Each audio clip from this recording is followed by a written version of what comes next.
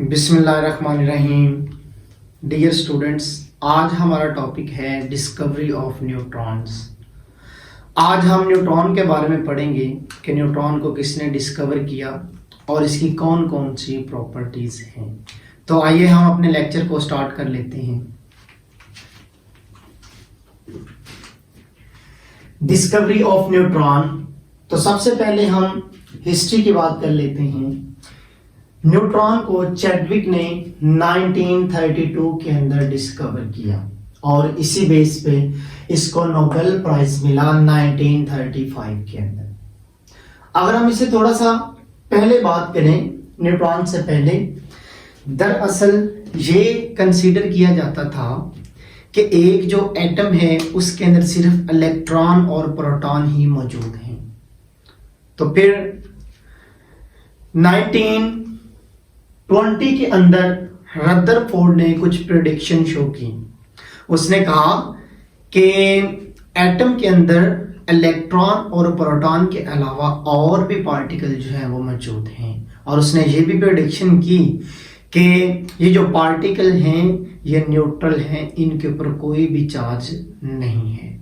आइए आगे हम एक एक्सपेरिमेंट है जिसमें चैडविक ने न्यूट्रॉन को डिस्कवर किया, उसको हम थोड़ा सा डिस्कस करते हैं।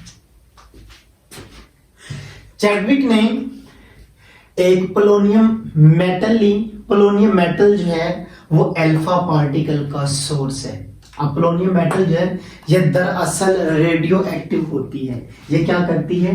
अल्फा पार्टिकल इमिट करती है और लेड के अंदर जो है वो कन्वर्ट हो जाती है। अब इसने किया क्या कि इसमें से अल्फा पार्टिकल्स निकल रहे थे। इसने आगे क्या किया कि एक बेरिलियम मेटल जो थी वो रख दी एज टारगेट के तौर पे। अब जब अल्फा पार्टिकल बेरिलियम मेटल के ऊपर जाके गिरे, इन्होंने ऊपर जाके ट्राई किया, तो यहां से कुछ दरअसल रेज निकली, कुछ रेडिएशन निकली। वो जो रेडिएशन थी वो न्यूट्रल थी। अब ये चार्ज चेक करने के लिए कि इनके ऊपर कोई चार्ज है या न्यूट्रल है, आगे एक डिटेक्टर इसने लगाया। जब डिटेक्टर में इसने इनका बिहेवियर देखा तो डिटेक्टर में कोई भी डिफ्लेक्शन नहीं हुई। तो चार्ज डिटेक्टर जो था, इसकी जो आप कह लें स्केल है, ये 0 के ऊपर जो थी। इससे मुराद है कि ये जो रेडिएशन प्रोड्यूस हुई है इनके ऊपर कोई भी चार्ज नहीं है, ये न्यूट्रल है। चैडविक ने इनके बारे में प्रेडिक्शन कर दी, कह दिया कि ये जो न्यूट्रॉन्स हैं, ये जो रेडिएशन प्रोड्यूस हो गई हैं, ये जो है न्यूट्रल पार्टिकल्स हैं। आगे इक्वेशन फॉर्म में अगर हम देखें तो जब अल्फा पार्टिकल बेरिलियम के ऊपर जाके स्ट्राइक करती हैं तो ये दरअसल कार्बन के अंदर आगे जो है वो कन्वर्ट होता है, और साथ में ये न्यूट्रॉन यानी ये हमारे पास न्यूट्रॉन जो हैं ये प्रोड्यूस होते हैं। ठीक है, आप देखिए ये दरअसल एक न्यूक्लियर रिएक्शन है। आप न्यूक्लियर रिएक्शन में एक इक्वेशन को बैलेंस कैसे करते हैं? ऊपर जो मैसेज हैं इनका सम कर लेते हैं, रिएक्टेंट साइड पे सम करें जी कितना है, 9 और 4 कितना बन गया, 13। अब इधर भी आपने ऊपर जो मैसेज है उनका सम करना है, वो भी 13 ही बने। अब कार्बन ऊपर 12 है, अब न्यूट्रॉन ऊपर 1 है, 12 और 1 कितना हो गया, 13। इसी तरह से आपने नीचे ये जो एटॉमिक नंबर है इसको भी बैलेंस करना होता है। अब देखें 2 नीचे, इधर बेरिलियम के नीचे 4 कितना हो गया, 6, इधर कितना है 6 + 0 6। तो ये हमारी इक्वेशन जो है वो बैलेंस हो गई है। नेक्स्ट हमारे पास आगे प्रॉपर्टीज हैं, properties of neutrons very very important हैं। तो पहली प्रॉपर्टी है, एक न्यूट्रॉन जो है, एक फ्री न्यूट्रॉन जो है वो डिके होता है प्रोटॉन के अंदर, इलेक्ट्रॉन के अंदर और न्यूट्रिनो के अंदर। ये प्रोटॉन का सिंबल है, ये इलेक्ट्रॉन का सिंबल है, इसको बीटा पार्टिकल भी कहते हैं, और ये न्यूट्रिनो है। नेक्स्ट इसकी प्रॉपर्टी है, they can't ionize a gas, यानी ये एक गैस को आयोनाइज नहीं कर सकते क्योंकि ये न्यूट्रल पार्टिकल्स हैं।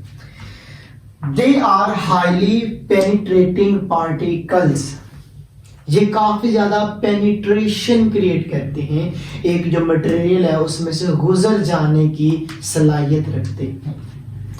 They can expel high speed protons from paraffins, water, paper and cellulose.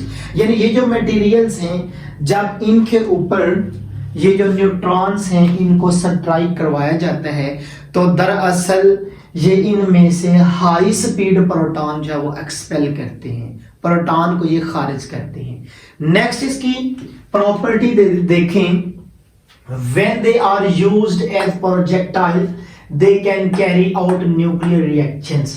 मतलब कि जब हम न्यूट्रॉन्स को एक प्रोजेक्टाइल के तौर पे इस्तेमाल करेंगे तो होगा क्या कि हमारे पास न्यूक्लियर रिएक्शन जो हैं उनके अंदर उनको प्रोसीड करने के लिए हमें मदद मिलेगी, हम न्यूक्लियर रिएक्शंस को आगे परफॉर्म करवा सकते हैं। प्रोजेक्टाइल मोशन समझते हैं कि जैसे एक बॉल है, बॉल को हवा के अंदर फेंकना है, तो फेंकना ऐसे है कि एक दूसरा दोस्त है उसने गेंद को पकड़ना है, यानी कैच करनी है गेंद, तो आपने ऐसे हिट करना है, ठीक है, यानी गेंद फेंकनी है और वो जाके कैच करेगी। तो इससे मुराद होगा गेंद जो है कर्व्ड फॉर्म के अंदर जो है वो मूव करेगी, तो इसको हम कहते हैं जी प्रोजेक्टाइल मोशन। आगे हम इसकी प्रॉपर्टी देखें, आगे अगर हम देखें तो न्यूट्रॉन जो है वो टू टाइप के हो सकते हैं on the base of their speeds.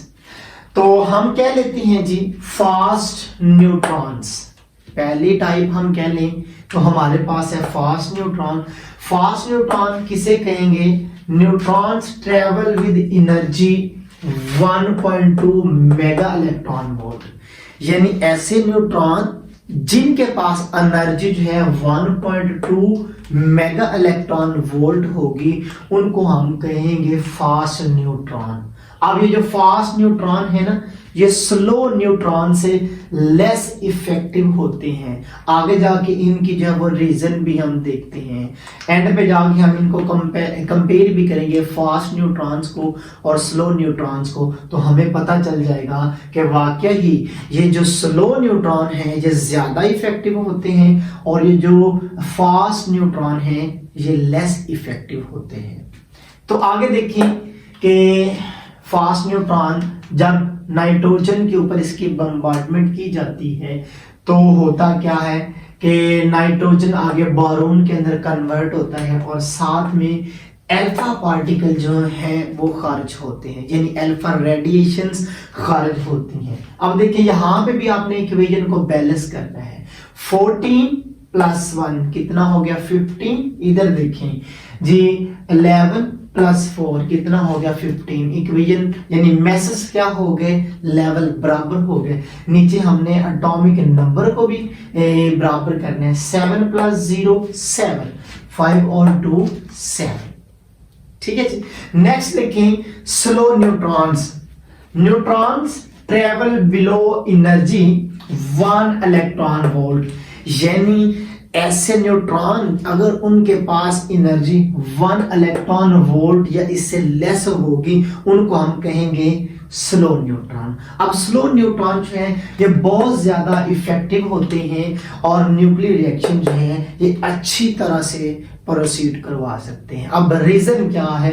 दरअसल ये जो स्लो न्यूट्रॉन है ये ज्यादा देर के लिए ठहरते हैं और क्या करते हैं? ज्यादा रेडिएशन खारिज करते हैं। देखें जरा कैसे, जब हम न्यूट्रॉन को कॉपर के ऊपर सब्ट्रैक्ट करवाते हैं तो ये दरअसल कॉपर रेडियो एक्टिव कॉपर के अंदर कन्वर्ट हो जाता है और साथ में गैमा रेडिएशन खारिज होती है। अब देखें हमने ऊपर मैसेज और नीचे एटॉमिक नंबर इनको भी बैलेंस करना है, तो 65 + 1 66, इधर देखिए 66, नीचे 29 + 0 29, इधर भी 29, तो ये इक्वेशन हो गई बैलेंस। अब ये जो रेडियो एक्टिव कॉपर है ये क्या करता है जी? ये आगे बीटा पार्टिकल यानी बीटा रेडिएशन को खारिज करता है ये, क्योंकि ये रेडियो एक्टिव बन चुका है। अब ये कॉपर जो ये जिंक के अंदर कन्वर्ट होता है और साथ में इलेक्ट्रॉन यानी बीटा पार्टिकल बीटा रेडिएशन को खारिज करता है। देखें जी, इसको बैलेंस करें, 66 66 प्लस 0 66, इधर देखें 29 सॉरी इधर देखें, इधर आना है 30 जी, इधर 30 माइनस 1 कितना हो गया 29। तो आज का हमारा लेक्चर जो है वो खत्म हुआ। उम्मीद है कि आपको इसमें से काफी ज्यादा इंफॉर्मेशन मिली होगी। Thank you.